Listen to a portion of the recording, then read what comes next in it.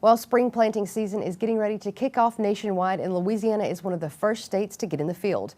As TWILA's Melancon tells us, farmers are facing some tough decisions this year on what to plant and how to survive.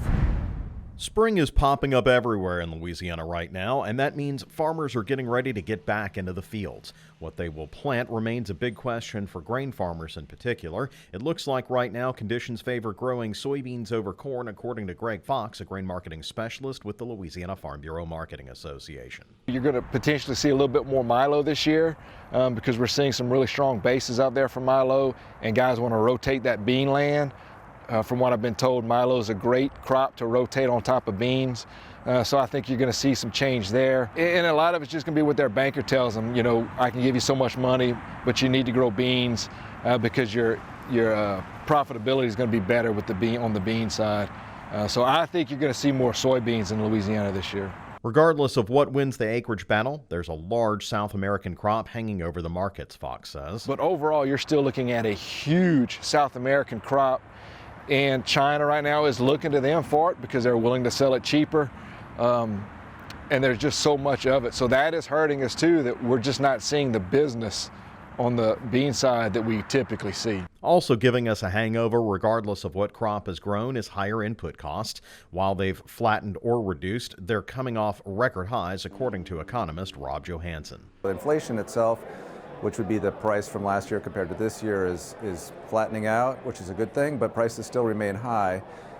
So as long as those prices are high, we got to make sure that the price we're receiving in the marketplace is able to cover those costs. Johansson says one thing we can do is make a farm bill that works for farmers. It's also looking for their Title I commodity programs to be more reflective of the current economic environment that they're operating in. So that's one thing that we're certainly focused on. In terms of the market, producers obviously here in Louisiana are coming off of a very bad drought year, which affected some producers quite severely. So I think looking into 2024, crop insurance decisions are going to be important. We saw certainly the normal yield insurance paying out right now to cover those. And while prices are down for commodities, they're not going down at the grocery store anytime soon. Fox says much like higher prices for input costs have stuck around, food prices won't see much change anytime soon. To still get that product from the farm to the stores, or the processors then to the stores, you know, fuel prices are extremely high still for diesel, trucking is high. So I wouldn't think you're going to see much of a relief in the market and the grocery stores anytime soon. On March 31st, the USDA will release its prospective plantings report, the first big indication of what the country will be putting in this year.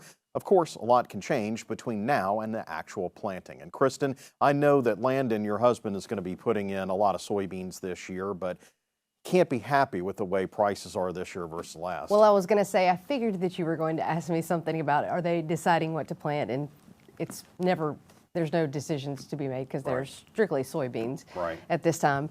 But yes, I've constantly watched him look at the markets, and so those are the decisions that are being made, is when to book, what prices. I think they thought that prices would be a little bit higher based on the prices at the end of last season. So hopefully it'll come back up. Yeah, he's always looking for some, he's hoping that a lot of people decide to plant corn.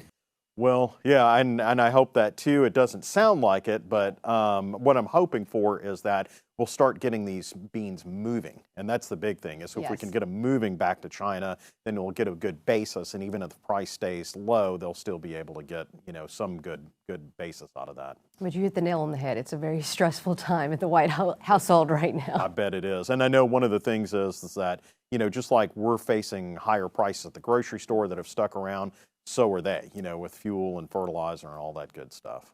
It's a real fun time to be in farming, to say the least. But Neil Melancon, thanks so much for giving us that pertinent update.